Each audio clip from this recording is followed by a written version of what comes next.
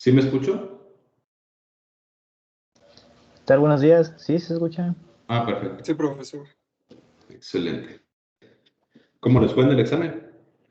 ¿Pudieron? No he revisado nada. Pues sí, se oye bien. Nada más era Más hacer tiempo. como lo análogo al gas ideal. Entonces, pues sí, estuvo bien. Ok, perfecto.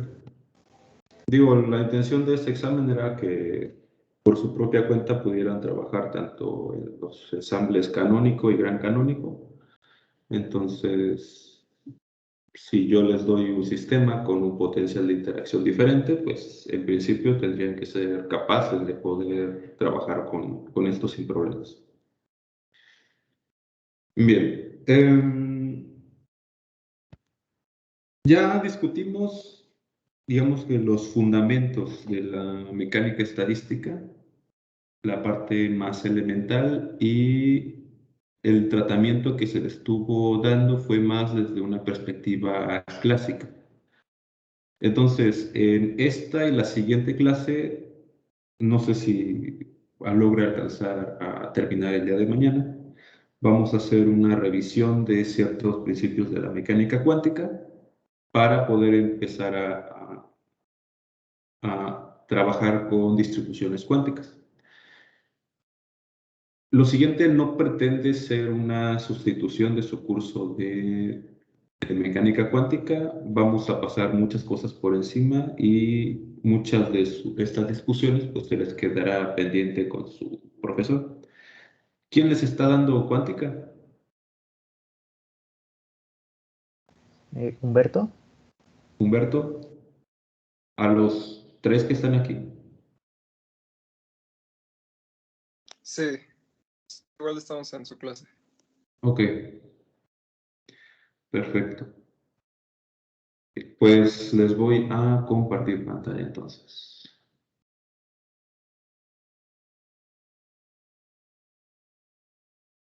Listo, ¿se ve mi pantalla?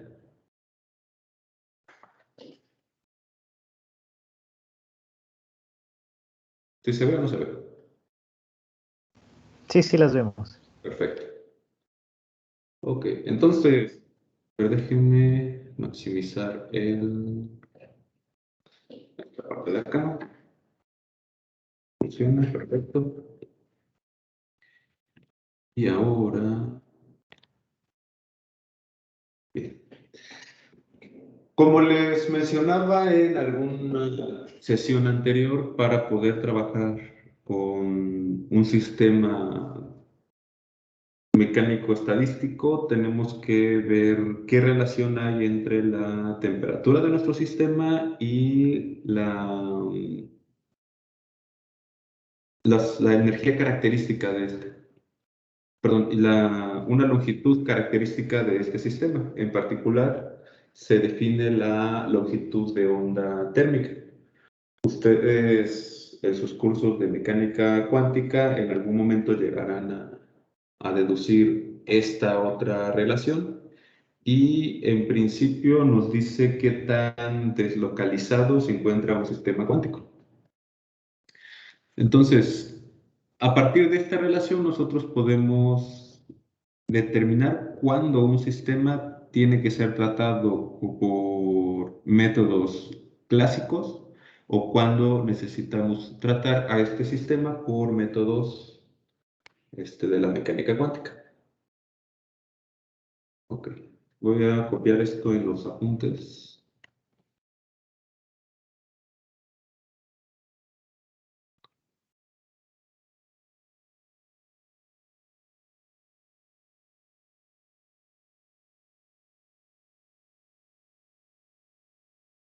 Perfecto. Entonces, si se dan cuenta, tenemos una función que es tanto de la temperatura como de la masa y los demás son constantes.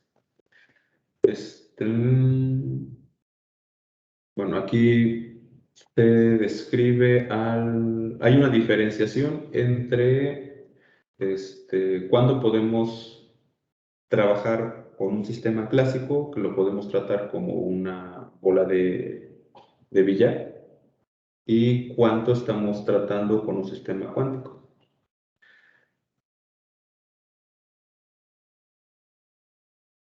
A altas temperaturas, las partículas del gas pueden ser descritos como bolas de billar, siempre que la longitud de onda térmica sea mucho menor que la distancia entre partículas. Voy a subrayar todo esto.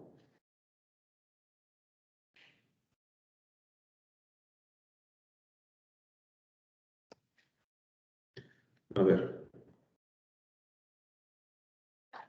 La distancia promedio entre partículas la vamos a poder caracterizar a partir de ciertas propiedades de los gases. Ya hemos comentado algunas distancias características. Posiblemente en los apuntes digan más.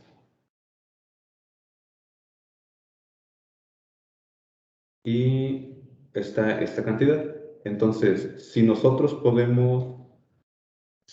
encontramos que la longitud de onda térmica es mucho menor que esta distancia característica, entonces nosotros podemos tratar el sistema como clásico.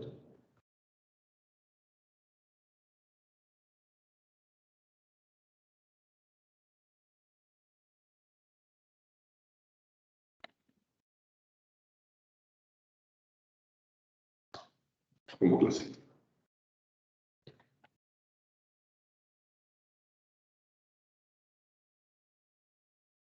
Ok, perfecto. Aquí nos describen cuál es este régimen clásico y cómo podemos tener acceso a él.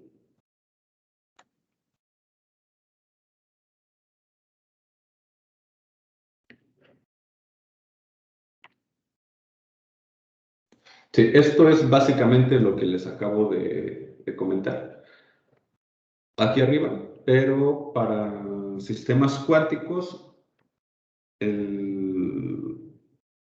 la forma en que vamos a describir a nuestro sistema cuántico ya no va a ser como una bola de billar, sino algo que va a estar descrito por la longitud de onda térmica. Entonces, esto no es una representación exacta de un sistema cuántico, es solamente una forma de ver cómo es que se puede comparar. Esta R0 es la L que les ponía aquí. Entonces, esta distancia entre partículas pues va a ser proporcional a la densidad del sistema. Es decir, si tienes un cierto volumen accesible y tienes un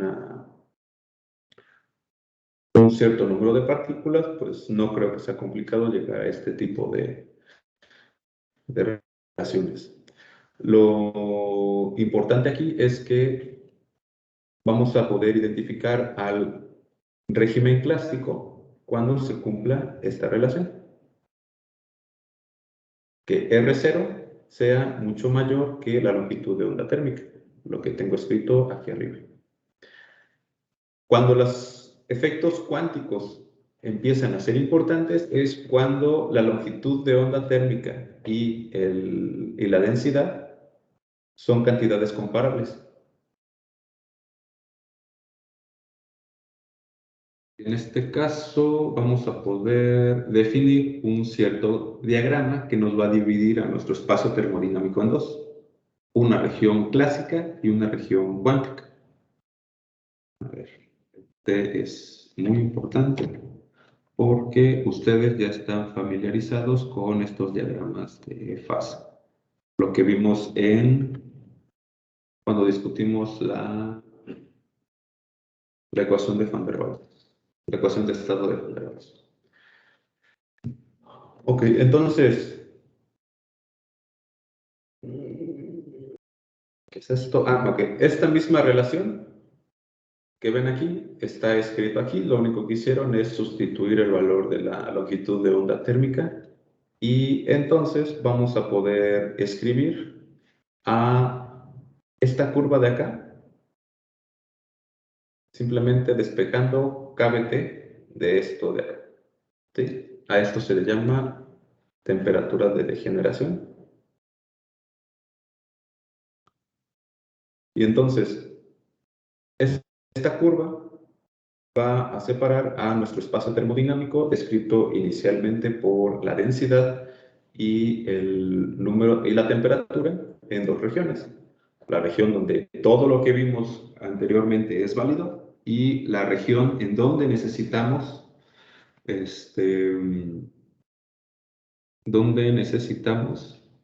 hacer una descripción cuántica. Si se dan cuenta, en esta región donde dominan las interacciones térmicas sobre las interacciones,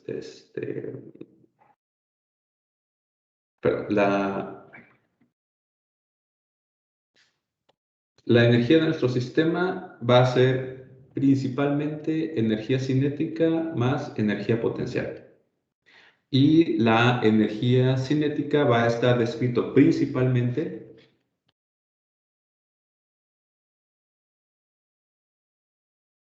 por la temperatura. ¿Sí? No es la única forma en que se vamos a tener energía cinética a partir de la temperatura, pero va a ser un componente importante. Y este va a ser debido principalmente a las interacciones.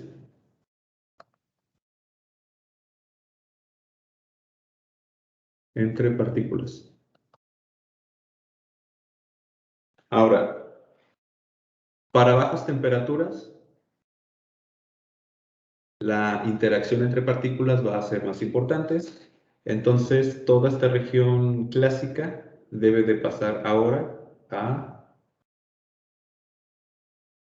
perdón, toda la interacción entre toda la energía que describe el estado de nuestros sistemas va a estar descrita principalmente por la interacción entre las partículas. Lo mismo pasa si nosotros aumentamos la densidad de nuestros sistemas.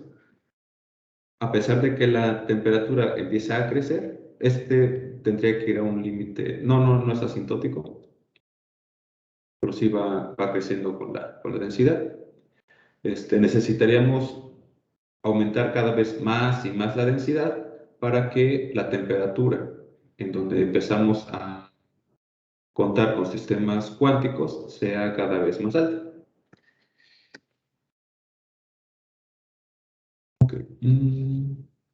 Ok, perfecto. Aquí ya vienen algunos datos concretos que les comentaba. Hay una forma de empezar a discriminar cuándo vamos a utilizar una descripción clásica y una descripción cuántica. Por ejemplo, para un gas de hidrógeno con una densidad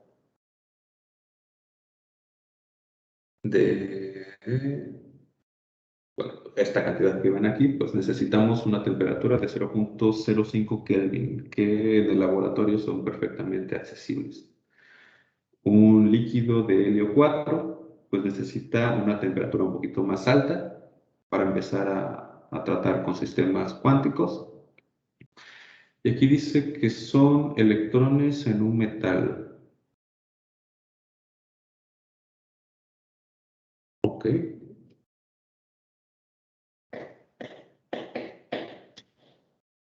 Necesitamos una temperatura mucho más alta, 10.000 Kelvin.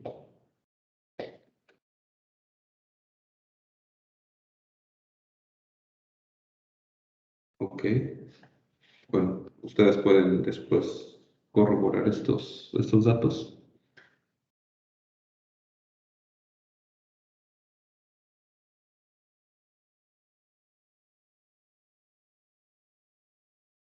Ok. Sí, digo, podemos ver otro tipo de efectos cuánticos cuando nosotros cambiamos de la región clásica a región cuántica.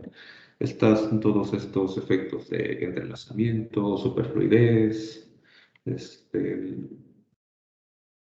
demás. Entonces, En su clase de mecánica cuántica, ustedes van a estar trabajando principalmente en el formalismo de Schrödinger y con con la función de Euler. Aquí me parece que vamos a estar trabajando con algo que se le llama la densidad de probabilidad, la matriz de densidad de probabilidad. Sí, está. Density matrix. Ok. Entonces, vamos a hacer solamente un review rápido de mecánica cuántica, otra vez sin entrar en muchos detalles porque no es la intención de este curso. Luego se les quedará su curso de mecánica cuántica. ¿En qué van en mecánica cuántica?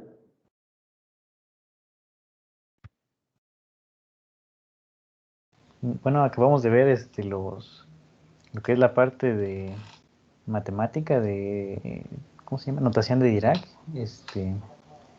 lo de los operadores y ahorita vamos a ver lo que es como lo físico, estamos viendo apenas los postulados. Perfecto, Sí. perfecto. O sea, no han visto todavía ni la ecuación de Schrödinger. No, todavía no. Ok, ya llegará. Igual, para el curso de mecánica cuántica siempre es necesario tener bien claro este, tener un buen curso de álgebra lineal y me parece sumamente sensato que ustedes empiecen primero con ver álgebra lineal y después la física vendrá más adelante. Ok. Bueno,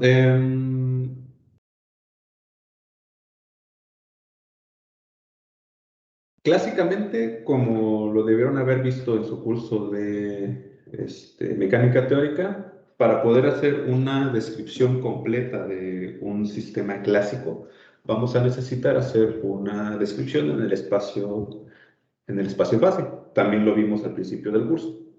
Y también el hamiltoniano correspondiente al sistema. El hamiltoniano y las ecuaciones de Hamilton. También podríamos hacerlo desde la descripción de Lagrange, pero la mecánica cuántica está construida en términos de los hamiltonianos. Entonces, como lo hemos visto en mecánica estadística, no podemos tener, bueno, no es que no podamos, bueno, realmente no podemos resolver todo el montón de ecuaciones que se necesitarían para poder describir a un sistema estadístico, que tienen que ser del orden de 10 a la 23.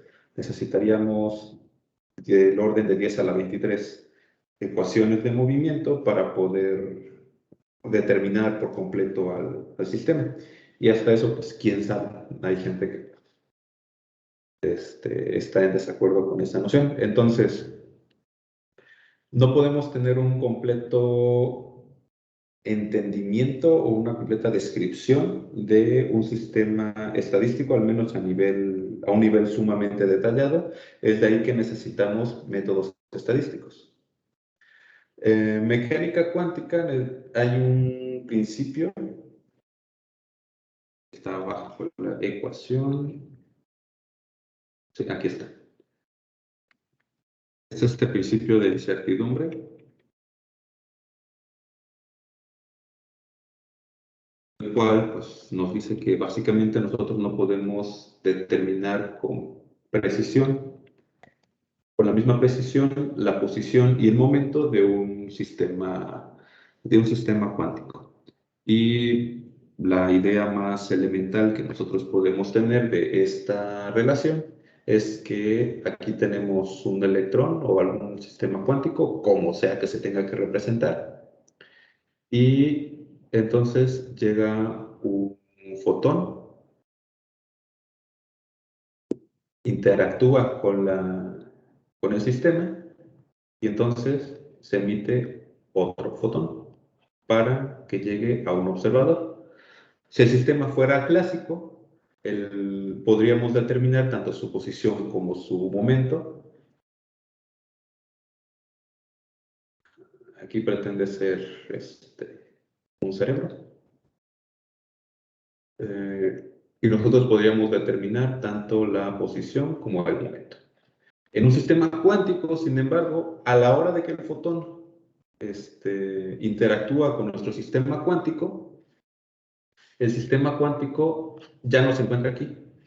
Entonces, nosotros tenemos que elegir entre X o entre P, entre la posición o entre el momento. Nosotros podemos observar aquí a X, pero en realidad ya no va a estar. Ha sido movido por el fotón. Y ese es uno de los tantos ejemplos en donde uno puede pensar en este principio de indeterminación. Entonces, una de las principales diferencias entre trabajar en un sistema clásico y un sistema cuántico es que mientras que en el sistema clásico nosotros vamos a hacer una descripción en el espacio-fase, en un sistema cuántico nosotros vamos a tener que trabajar en el espacio de Hilbert. Ustedes van a ver, no, ya lo debieron haber visto. ¿Cómo definirían ustedes el espacio de Hilbert?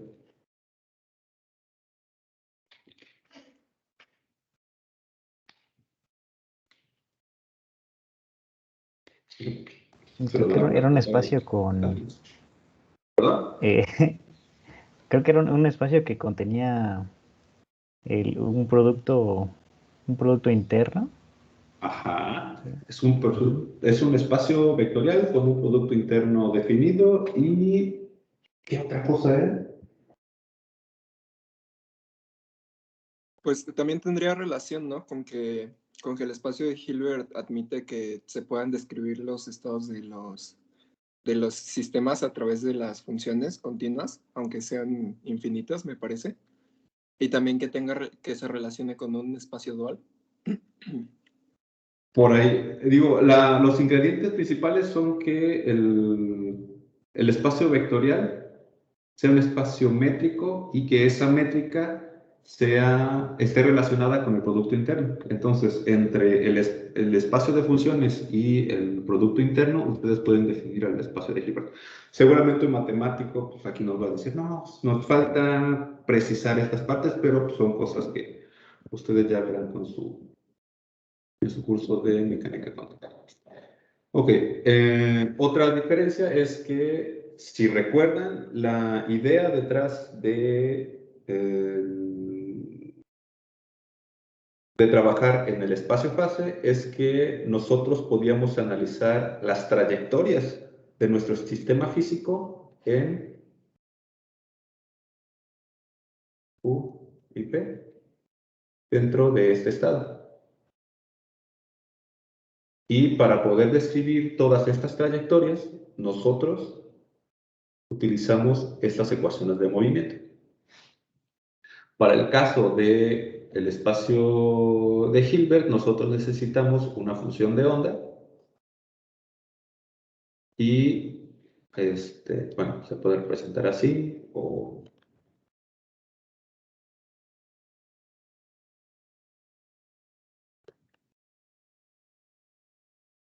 A esto le da una representación a la función de onda y la ecuación de Schrödinger. Ecuación de Schrödinger. ¿Sí? Aquí son las ecuaciones de Hamilton. Bien. Entonces, los objetos matemáticos con los que nosotros vamos a trabajar van a ser diferentes. Aquí tenemos, trabajamos principalmente con volúmenes, con el hamiltoniano de nuestro sistema. Aquí el hamiltoniano termina siendo un operador y el objeto de interés es esta función de onda. Entonces, clásicamente partimos de estas ideas y, como ya lo hemos visto en clase, nosotros construimos una función de densidad de estados y calculamos la probabilidad de que un sistema se encuentre en un estado termodinámico dado a partir de las relaciones fundamentales que ustedes dedujeron en el examen. Ok.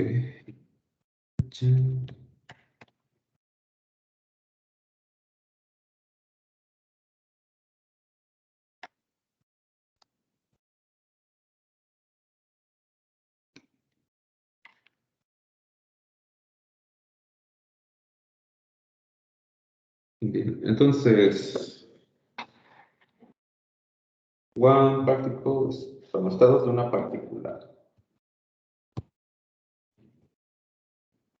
Bien, aquí le llaman orbital, pero pues es nuestra función la función de onda correspondiente. No sé por qué le están llamando orbital.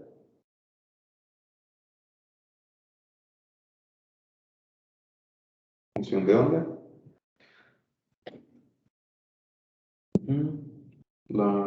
Esto representa la posición, la partícula o el sistema localizada en una posición R, o el sistema localizado en algún momento K con esta relación. Y E va a ser la energía del estado de este sistema, donde estas energías accesibles al sistema van a ser los valores propios del Hamiltoniano correspondiente.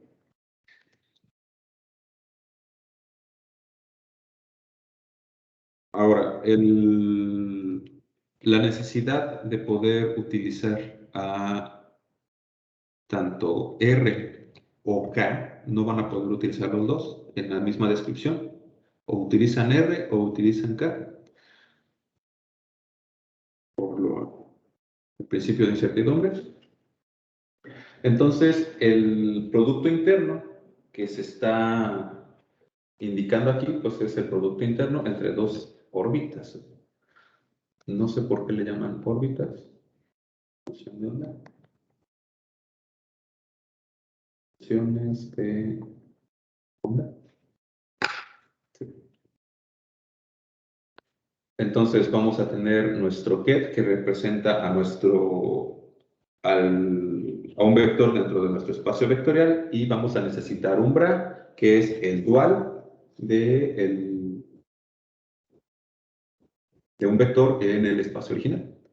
Entonces, de manera pictórica, nosotros podemos representar el producto interno de estas dos cantidades con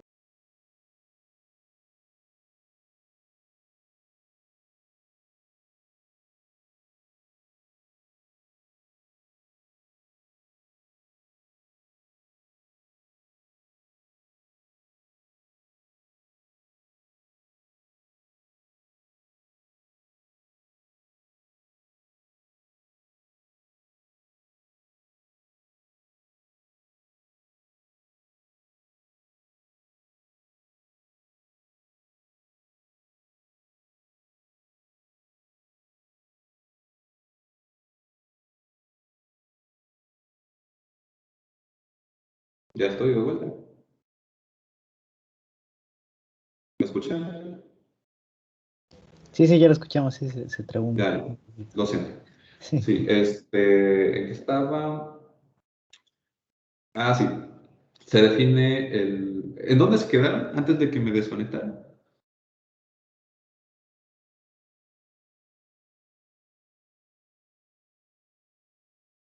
Tengo que repetir algo.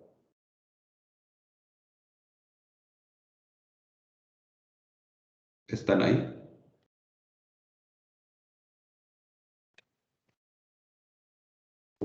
Sí, aquí estamos. Bueno, al menos yo no dejé de escuchar nada. ¿Quién sabe cómo funcionan las plataformas? Disculpe. A ver, otra vez, el espacio de Hilbert necesita un producto interno, una colección de vectores dentro del espacio original y su correspondiente dual. Se define el producto interno para un sistema al menos en 3 dimensiones de esta forma. Y un par de productos importantes es esto que les comentaba aquí. Dependiendo de lo que nosotros tengamos aquí, le vamos a poder dar una representación.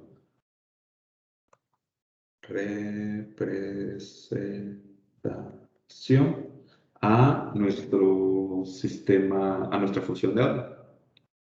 Entonces vamos a poder describir a nuestra función de onda en términos de estas cantidades. Ya sea que lo tengamos acá o que hagamos el análogo. Voy a ponerle prima. Sería K por chi. ¿Sí? Sería aquí en la representación de coordenadas y aquí sería en la representación de momentos.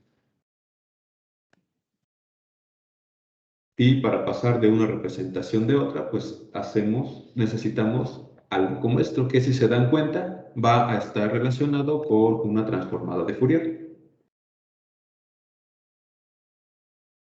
Para pasar de una representación a otra,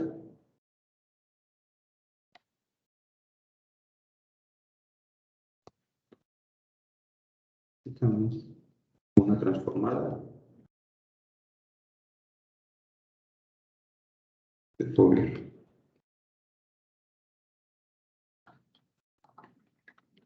Igual ustedes ya lo verán con más detalle en sus cursos de óptica. Okay.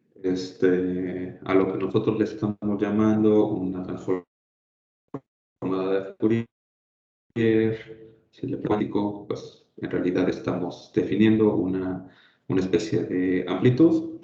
En esencia, es lo que les digo, una transformada de Fourier.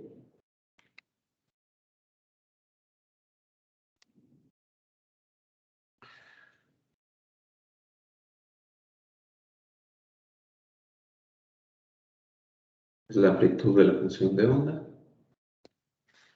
Entonces, se define un operador de proyección y estos son muy comunes cada vez que se trabaja con espacios vectoriales.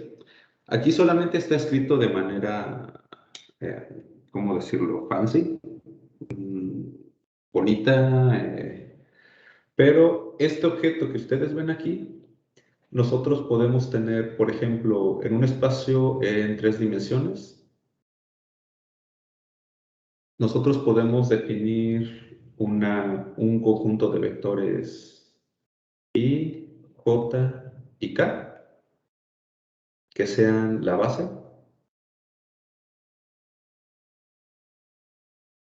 Base de R3 y podemos, a ver, voy a poner aquí ejemplo.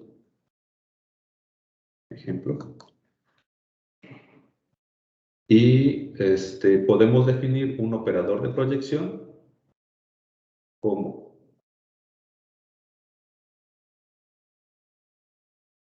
la diada II más JJ más KK.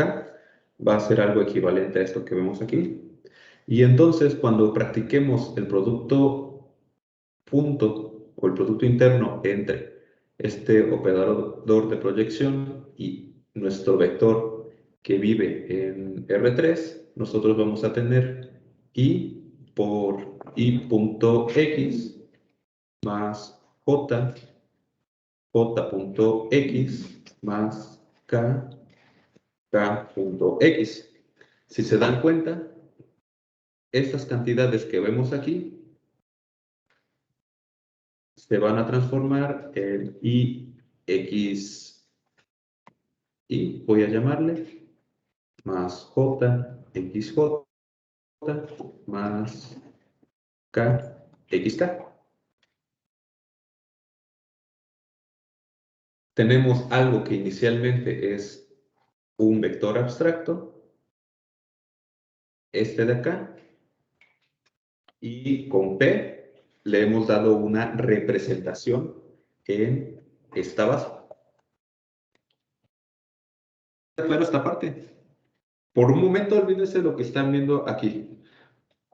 Intenten visualizar el ejemplo que les acabo de colocar acá. tenemos un vector abstracto.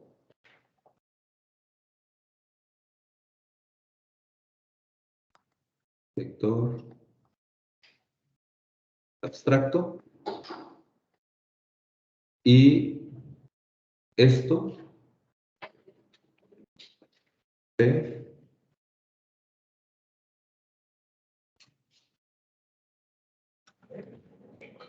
otorga una representación a X. ¿Sí?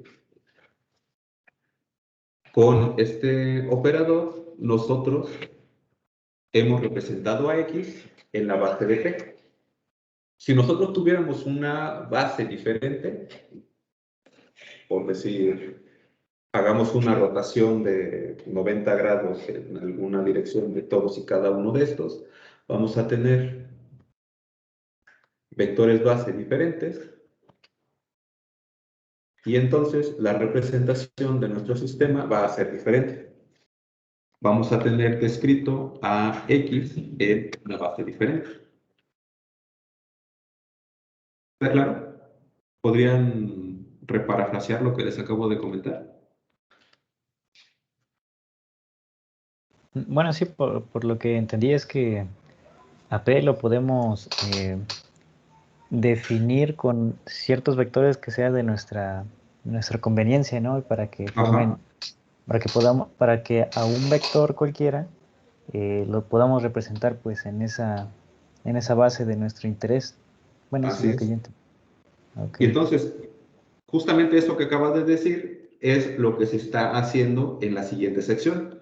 Tenemos un operador de proyección que del cual nosotros hemos construido una cierta base, alfa, y le damos una representación a nuestra función de onda en términos de esa base. Estas operaciones que ustedes ven aquí son las operaciones que estamos viendo de este lado.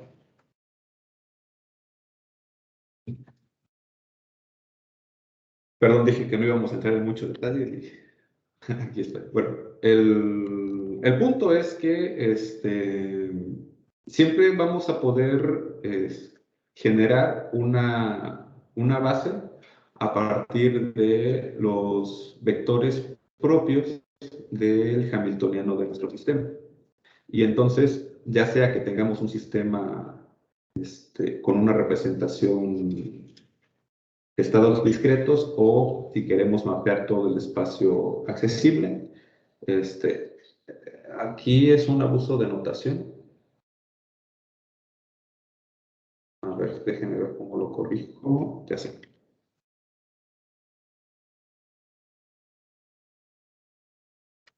Esto es un abuso de notación.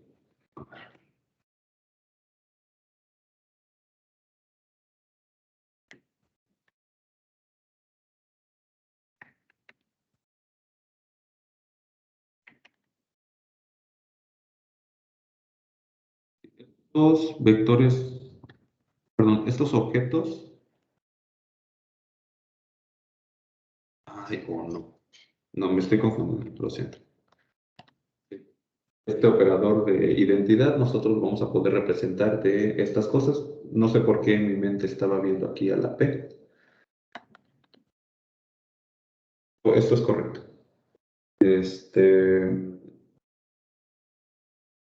Siempre que tengamos una base ortonormal, pues vamos a poder escribir a nuestro operador identidad de cualquiera de estas formas. Y esto va a ser muy útil porque nosotros vamos a poder meter a un operador identidad en cualquier lado de nuestros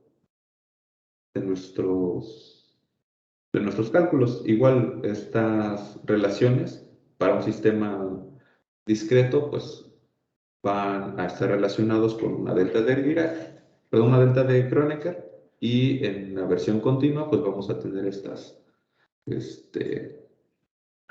funciones de Dirac. Lo que les comentaba, la transformación de una representación a otra, pues va a estar mediada por una transformada de Fourier.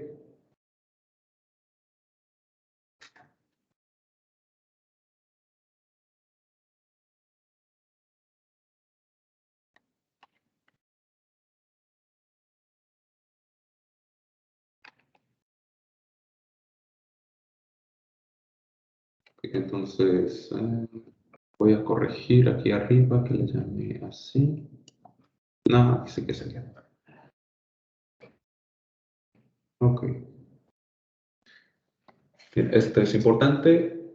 En mecánica cuántica se define a esta cantidad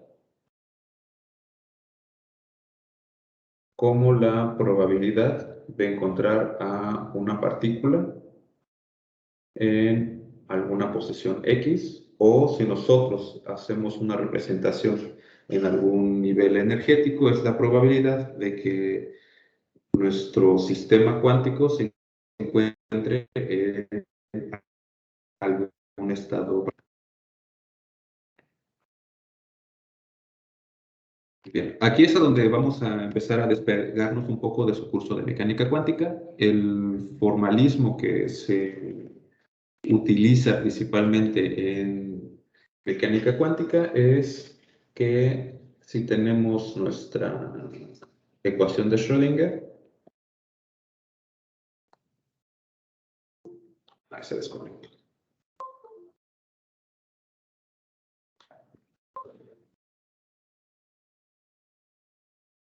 Ajá, es esto de acá. Ustedes van a empezar a trabajar con este objeto, van a resolver las ecuaciones que sujetas al hamiltoniano correspondiente, y entonces ustedes van a poder trabajar con esta función de distribución de probabilidad. Y una vez que ustedes obtengan la función de distribución de probabilidad, pues ya terminaron. Ya pueden decir la probabilidad de que un sistema se encuentre ya sea en alguna posición o en algún estado dado.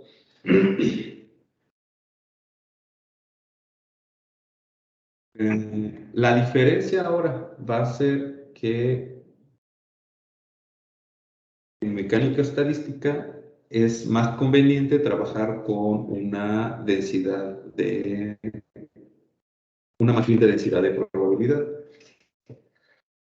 Entonces, para esto vamos a distinguir entre dos tipos de sistemas. Los sistemas que se les llaman puros, o sistemas que se les llama mezclas. Ok.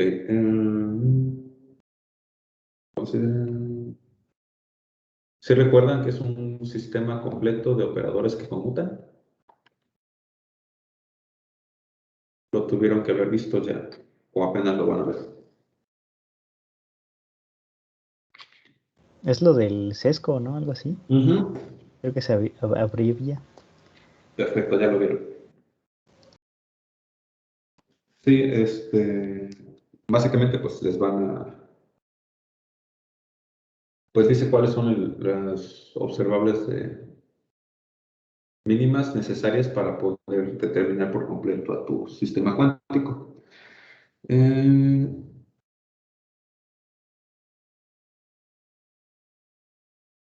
Un estado que se prepara, aquí está, un estado preparado midiendo estas observables es un estado puro y se representa de esta manera en el espacio de Hilbert.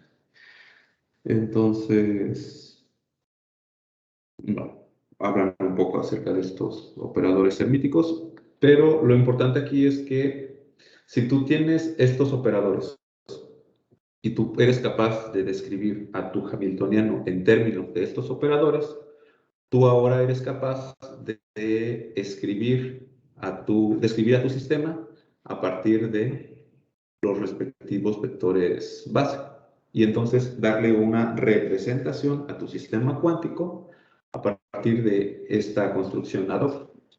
Entonces, la importancia de esto es que tus operadores van a determinar la forma en la que tú vas a estudiar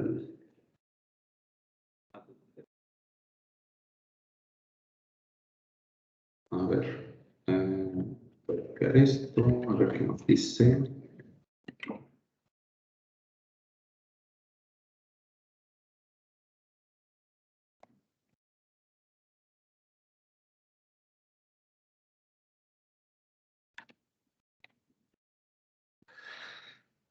Ajá. El conjunto de eigenestados de un operador aritmético. Lo que les comentaba, entonces, esto les va a ayudar a poder darle una representación a su, perdón, a su función de onda, y cada una de estas coeficientes de la expansión, como lo ven en funciones especiales, son las amplitudes de la función de onda. ¿Están llevando funciones especiales?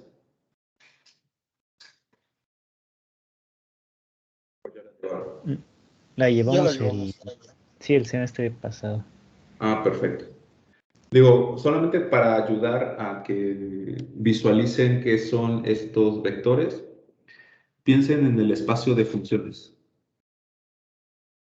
Ustedes pueden definir, pues esto es de sus cursos de álgebra lineal, ustedes pueden definir un espacio de funciones. En particular, por ejemplo, no en mecánica cuántica. Bueno, ustedes pueden tener un conjunto de polinomios, por ejemplo, Bn. Puede ser, no sé, algún polinomio de los polinomios de Legendre, por decir, o los polinomios de Chebyshev o de Yang, qué sé yo. Ustedes van a poder definir un producto interno, por ejemplo, Bm, a partir de la integral desde 0 a 1, me parece. Vamos a suponer que esta relación es z. Nx, no sé si tenga que ser conjugado, no son precisamente los polinomios de Chebyshev que les daba, algún conjunto ortonormal. Entonces, a partir de este tipo de relaciones, ustedes pueden hacer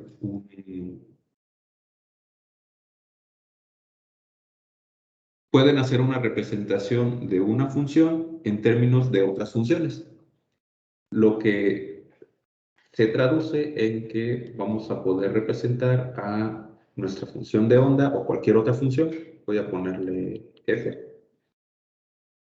de x como la suma en n de Cn de n de x, donde Cn va a ser igual a este mismo objeto que ven aquí, la integral desde 0 a 1 en dx de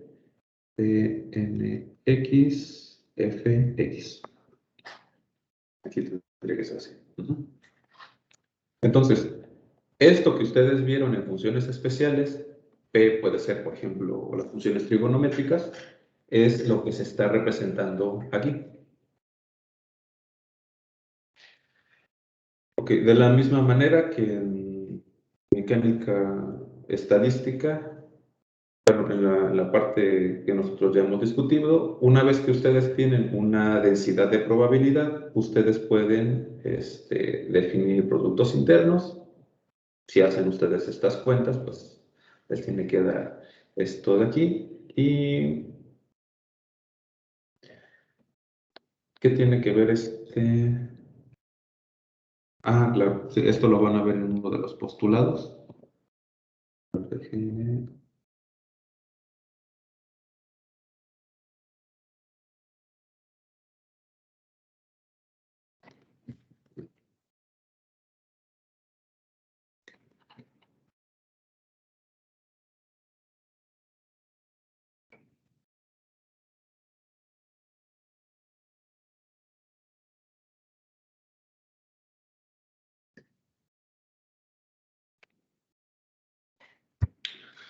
Ok, uno puede pensar que el valor esperado de su operador B es el promedio.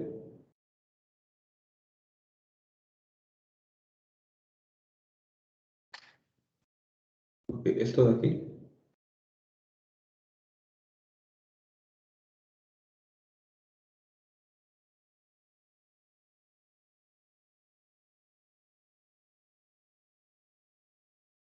Bien, esto ya se empieza a parecer un poco a lo que nosotros vimos.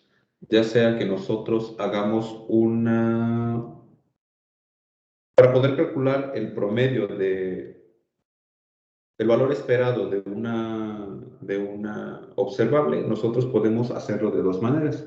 Una, que hagamos una medición sucesiva del mismo sistema a partir de este operador, una y otra y otra y otra vez, o que hagamos diferentes mediciones de sistemas idénticos.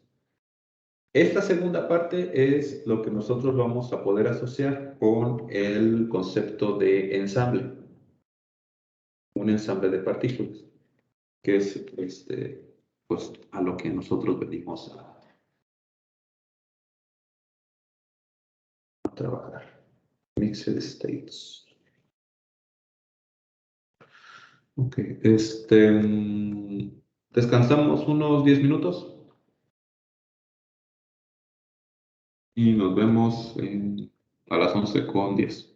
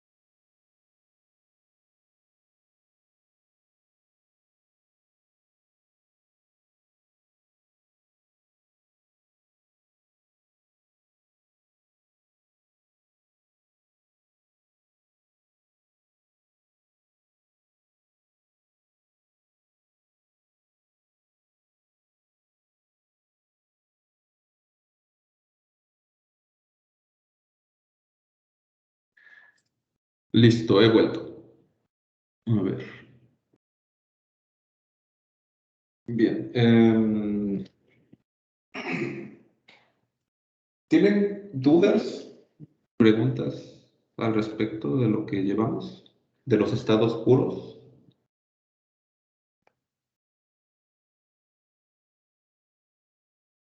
Esto lo van a ver con más detalle en sus cursos de cuántica. Y me parece que el curso de mecánica cuántica suele terminar hasta estados puros.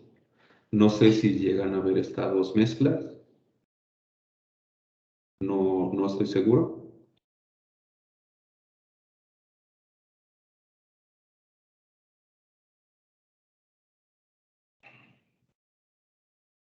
Pero necesitamos entrar en estos detalles para poder hablar de la densidad, la función de densidad de probabilidad, la matriz de densidad de probabilidad. Profesor, ¿Sí? ¿a qué se refiere con estados mezcla? Bueno, justo ahí se definen, ahorita lo platicamos. Entonces, siempre que ustedes tengan un sistema, pero un conjunto completo de operadores que conmutan, ustedes pueden de manera un tanto, pues tienen bastante control sobre su sistema cuántico. Control dentro de lo que uno esperaría de este tipo de sistemas. Cuando no tenemos toda la información o aparecen cierta degeneración en nuestro sistema, ustedes van a ver que se le llama degeneración. Quiere decir que no tenemos toda la información, nos falta al menos algún operador. Entonces, pues es justo lo que dice aquí. A ver, déjenme lo copio en los apuntes.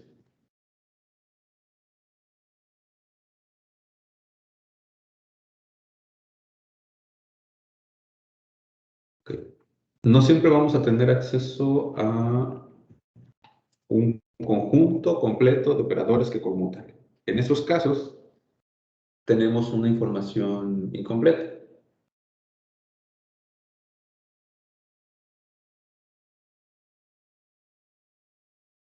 Ajá. Entonces,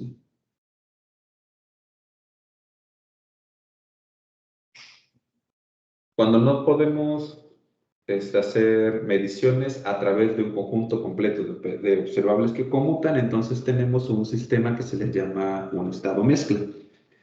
Entonces, estos estados mezclas no pueden ser representados de la misma forma que tenemos aquí.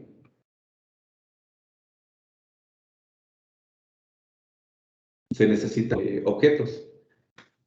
Y estos objetos nos van a describir la probabilidad de que nuestro sistema se encuentre en algún estado puro particular. ¿Sí? Tenemos.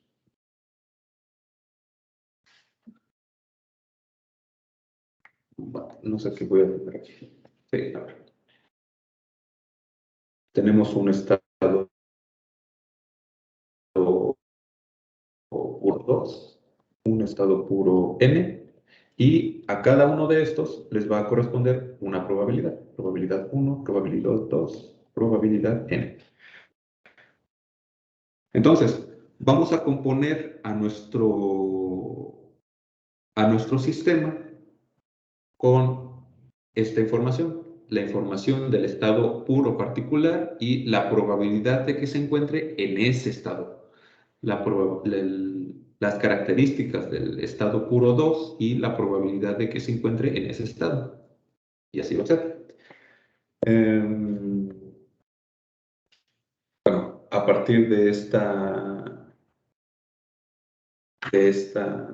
este tipo de relaciones, entonces vamos a poder calcular el valor esperado de nuestro sistema.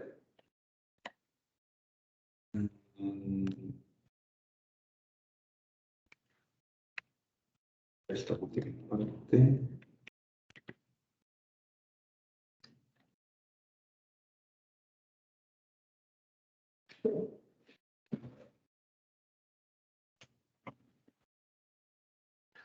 Ok, el cálculo de este valor esperado incluye dos distintas operaciones.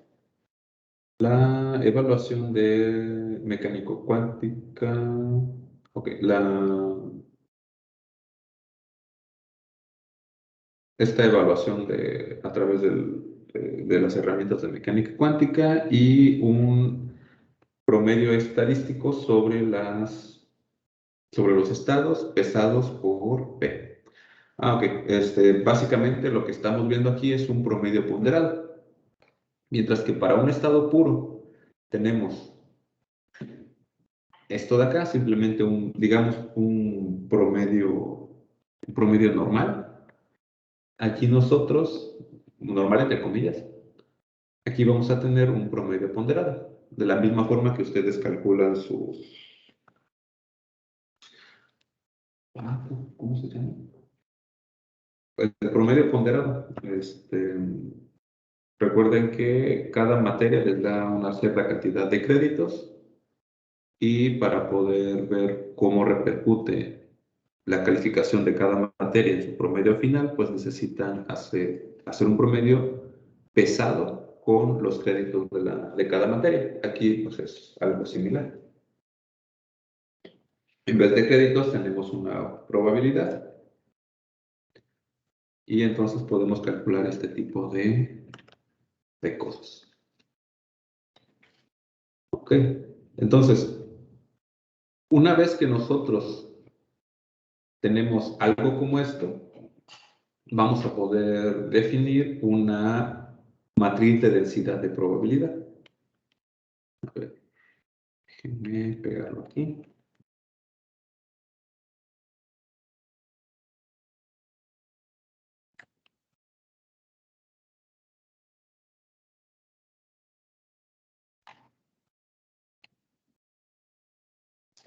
Esta va a ser la matriz de densidad de probabilidad.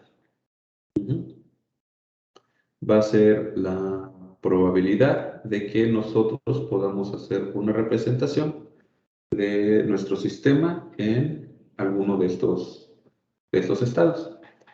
Entonces, aquí nos dice que se pesa a cada uno de estos estados por un factor de Boltzmann, PM, correspondiente a la superposición.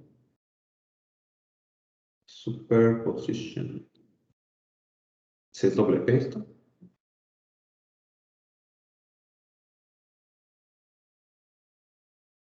De la proyección. Esta de acá. ¿Sí se acuerdan cuál es el factor de Boltzmann?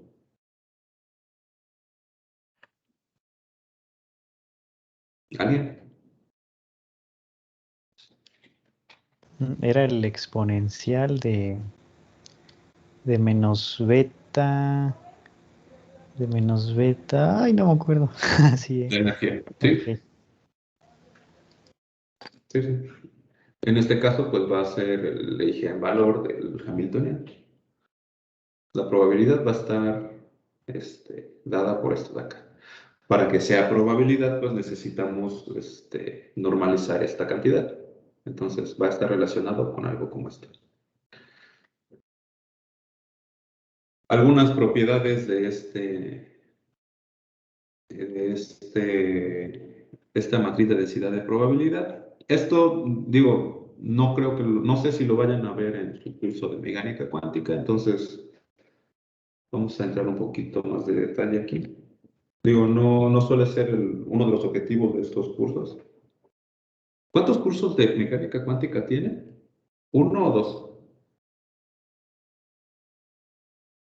2 cursos. Dos cursos. A mí me dio Sergio Lerner el curso de mecánica cuántica. Llegamos a ver hasta el átomo de hidrógeno, pero eran problemas bien concretos, desde el oscilador armónico cuántico, de ahí me parece que momento angular tal vez. De ahí el átomo de hidrógeno y sistemas y métodos de perturbaciones, me parece.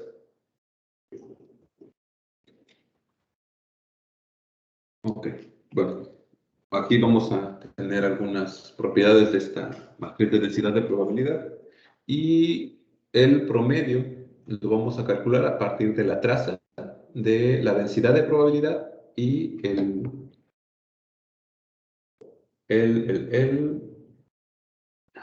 el operador que nosotros estamos buscando. Por definición, pues la traza va a ser la suma de cada uno de los elementos de la diagonal de este producto. Lo vamos a poder representar de esta manera. Y si nos vamos a la definición de J,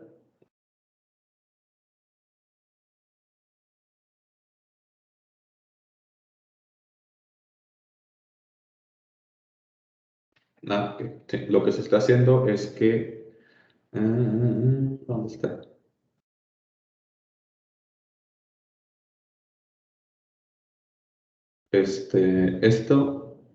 Esta la suma en I y en J de la base de B, de J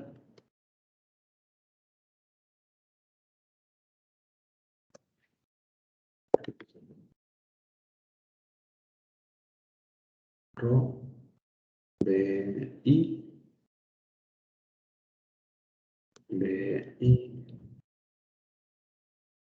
de BJ. Sí, esto es lo que se está haciendo, esto es lo que nos está indicando. Este objeto que ven aquí es todo este paréntesis que vemos acá.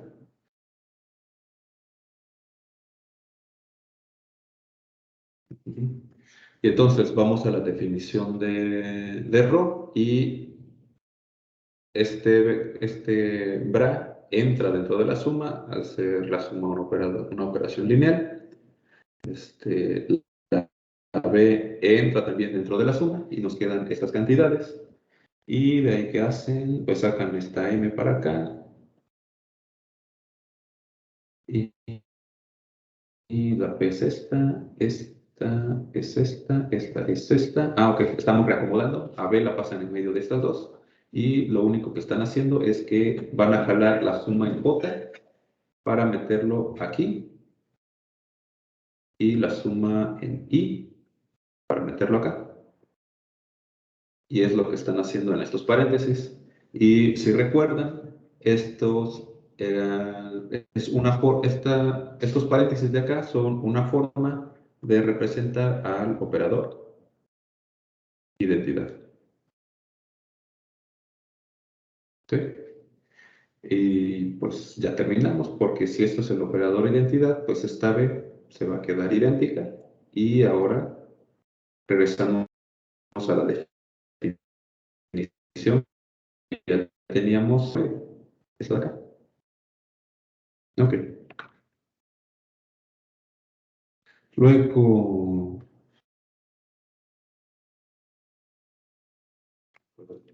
claro, tenemos un operador hermítico, y como es hermítico, sus valores propios van a ser, perdón,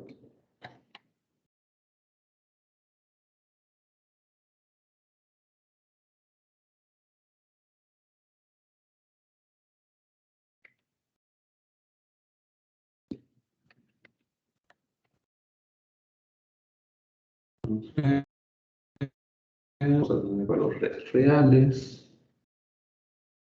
Si es hermítica, pues se cumple esta relación. Entonces, ¿y esto porque esta proyección es hermítica? Entonces, como P es una probabilidad, la probabilidad va a ser real. Entonces, su conjugado pues, va a seguir siendo un real. Entonces, todos los valores de la densidad son reales. Antes de avanzar,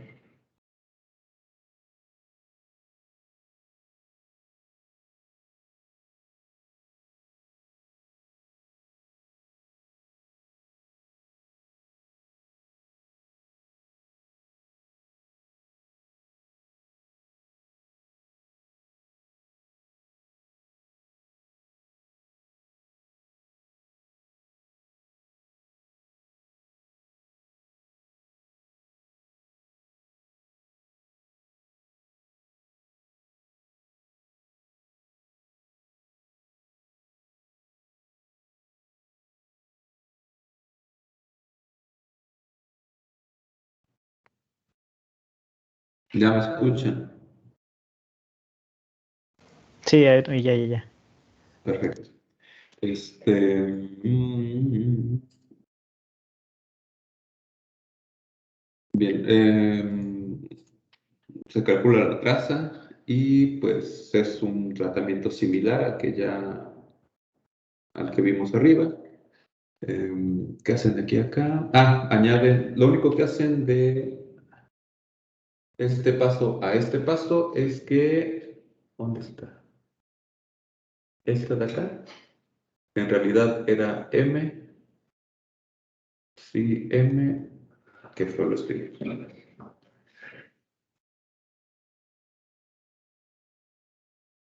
El paso que hicieron de aquí a acá fue añadir un operador identidad, que era esta de acá, con la suma en M. Este es otro operador,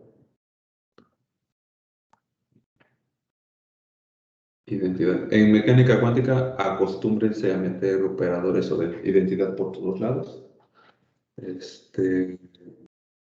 Y pues nada, como tenemos estas cantidades, este producto interno pues va a ser simplemente una delta mn y aquí otra delta mn.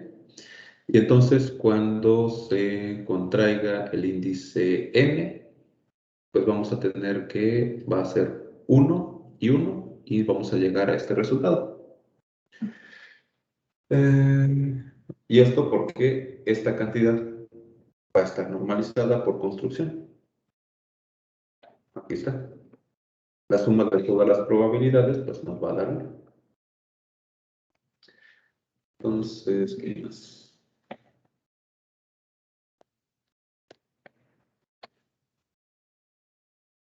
Estas cantidades son no negativas. ¿Ok? Digo, si agarramos esto de acá, lo metemos en la definición de densidad de probabilidad, pues vamos a llegar a algo como esto. En este caso sería phi, perdón, phi por phi n, phi n. Es lo que está escrito aquí arriba. Entonces, y esto es en cualquier representación. Esta phi es arbitraria.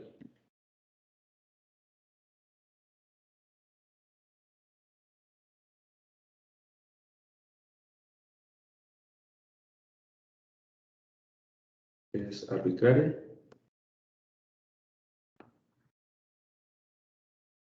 Entonces, la matriz de densidad de probabilidad es no negativa en cualquier representación.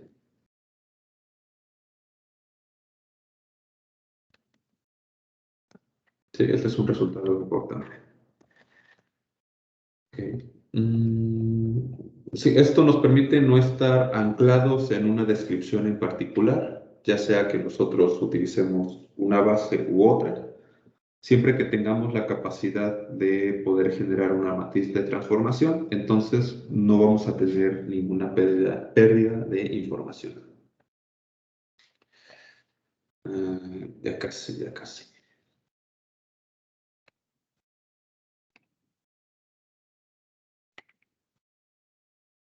Lo que me interesa de toda esta sección es el poder definir una especie de equilibrio termodinámico con muchas comillas, o el análogo al equilibrio termodinámico, pero en la versión cuántica. Y una vez que nosotros podamos definir ese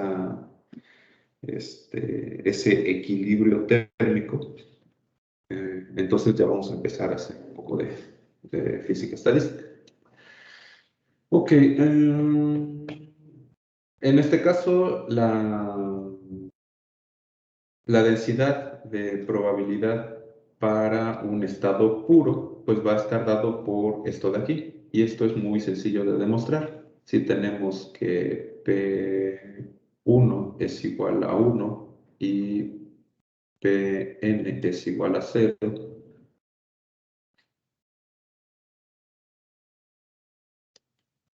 para n mayor o igual que 2.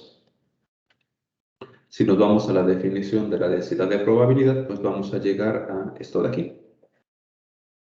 Entonces, esta matriz de densidad se reduce simplemente a la matriz de proyección. Vamos a ver potencias de la densidad de probabilidad. Matriz de densidad, pues el cuadrado va a ser esto. Ajá, y la traza de esto pues va a ser esto cuadrado. Ok. Si esto va entre 0 y 1, cada vez que nosotros elevamos al cuadrado un número menor que 1, se hace más chiquito. Entonces, sería la suma de números grandes, entre comillas, va a ser mayor a la suma de números pequeños, entre comillas. Bueno, sí, podemos hablar de grandes y pequeños con toda seguridad por esta relación. Ajá.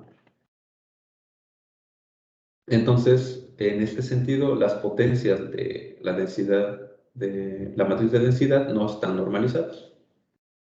Perfecto. No estoy seguro para qué se utiliza, pero es una cantidad, una consideración que tenemos que tener presente. Ok. Discutimos esto y terminamos por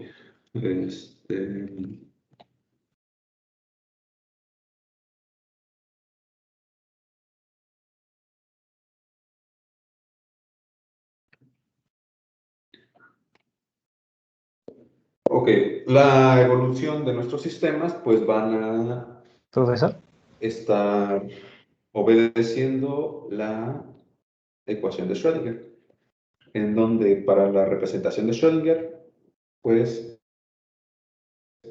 esta es la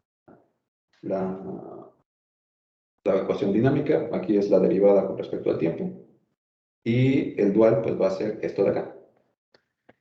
Entonces, si nosotros calculamos la derivada parcial de la densidad de probabilidad con respecto al tiempo, nosotros podríamos llegar a una relación de este estado. Y si se dan cuenta, pues vamos a poder escribirlo como esto de aquí. Es más, tarea.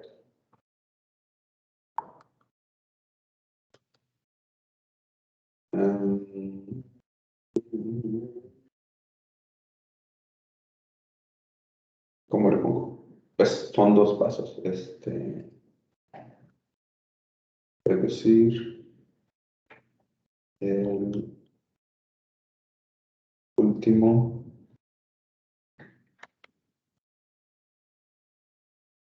Igual, es básicamente pasar de esta relación. No, van a pasar de aquí hasta acá.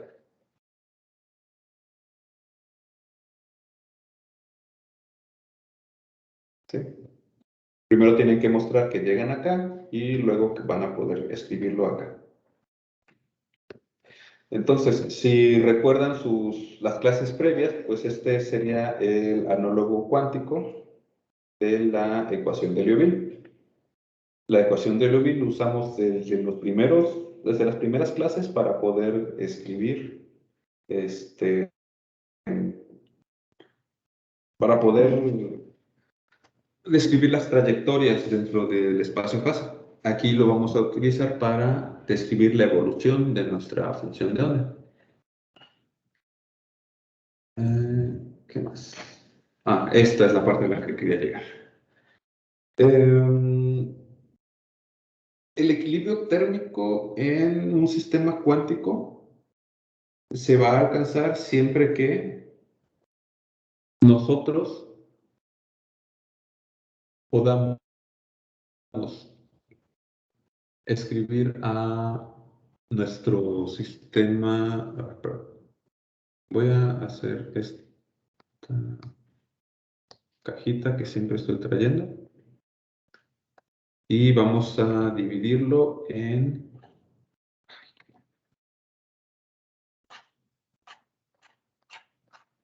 subsistemas y a cada uno de estos pues les va van a estar caracterizados por un sistema de diferentes energías. Entonces, mientras que en el caso clásico, nosotros tenemos que tener un cierto tiempo de relajación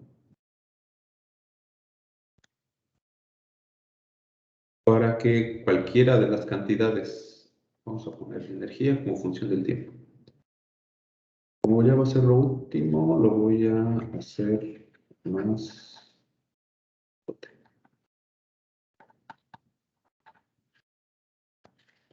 Bien, recordemos un poco cómo definimos el equilibrio estadístico.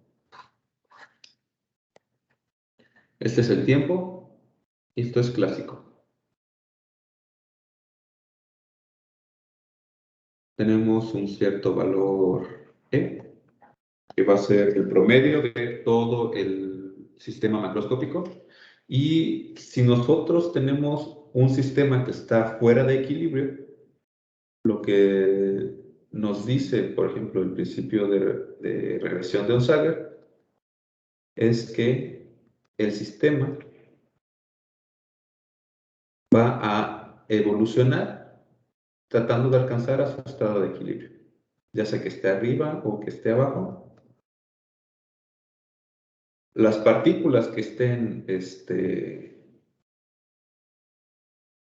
voy a poner E mayor que la energía promedio, van a tratar de alcanzar su valor de equilibrio, y las energías que sean menores van a tratar de subir.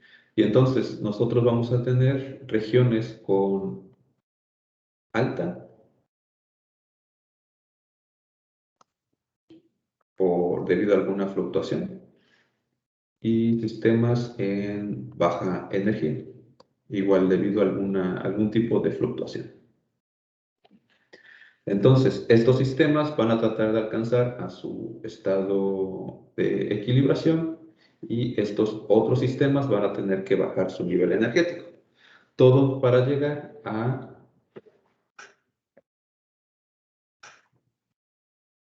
el valor de energía promedio. Entonces,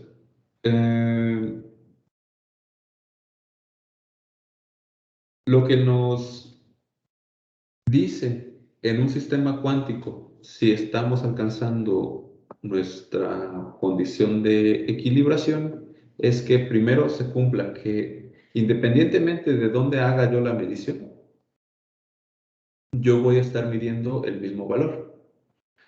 Y esto me lo va a garantizar la condición de estacionariedad. Entonces, se lo repito aquí, estacionariedad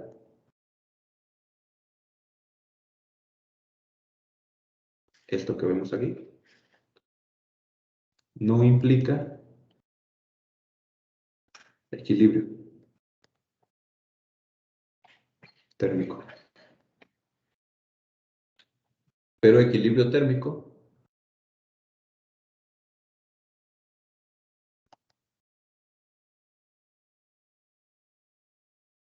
sí implica estacionariedad.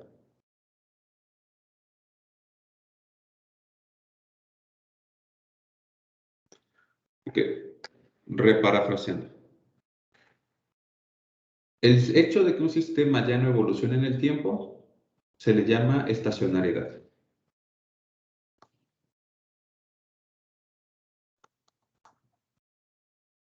El hecho que nosotros, independientemente del lugar en donde nosotros hagamos mediciones, encontremos siempre la misma, el mismo valor,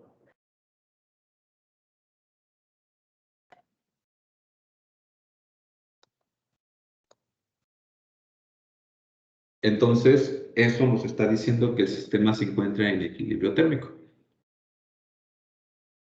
El sistema ya no cambia independientemente de dónde yo lo mida, estoy midiendo el mismo valor. Si un sistema se encuentra separado en dos fases diferentes, es decir, un lugar donde yo tenga altas temperaturas y otras regiones donde yo tenga bajas temperaturas, Entonces, el sistema puede estar estacionado en ese estado, pero como yo encuentro dos valores diferentes, entonces el sistema ya no se encuentra equilibrado. ¿Dudas al respecto? ¿Comentarios? Con dos temperaturas diferentes, ¿a qué nos referimos? A regiones de un mismo... Más que temperaturas, energías. Ah, ok. ¿Sí? Ok. En un sistema cuántico, por ejemplo, lo primero que tienes que... Mira, la única diferencia importante entre los sistemas cuánticos y los sistemas clásicos es que de manera artificial nosotros hemos construido este ensamble. Entonces, de manera local, primero resolvemos el problema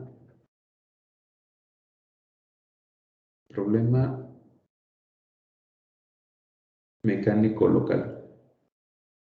Ya sea que tengamos que utilizar mecánica clásica o mecánica cuántica.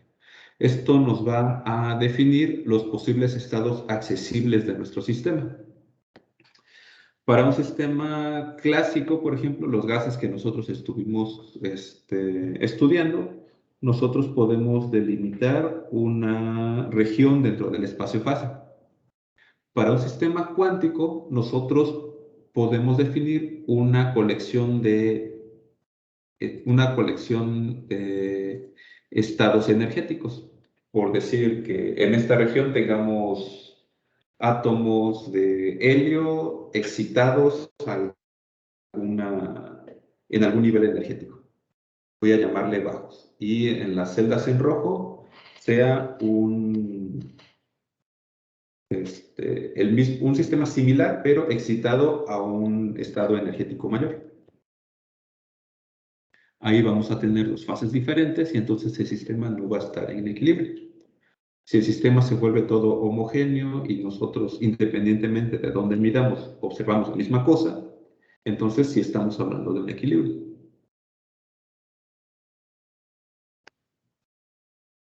Esto de aquí, quiero que lo tengan muy presente. Estacionalidad no implica equilibrio, pero equilibrio sí implica estacionalidad.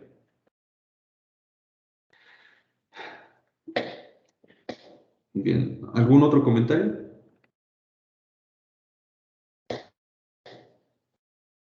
Algo que necesitan.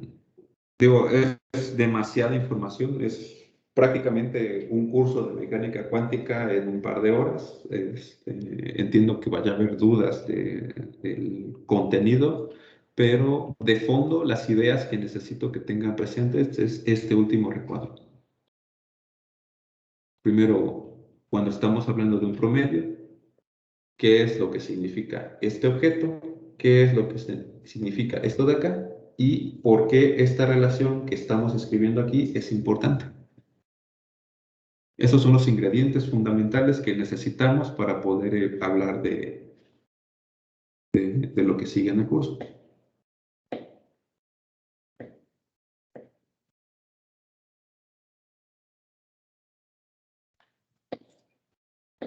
Ok, si ya no hay comentarios, nos vemos en la siguiente sesión. Mañana. De acuerdo, profesor. Gracias. Hasta mañana.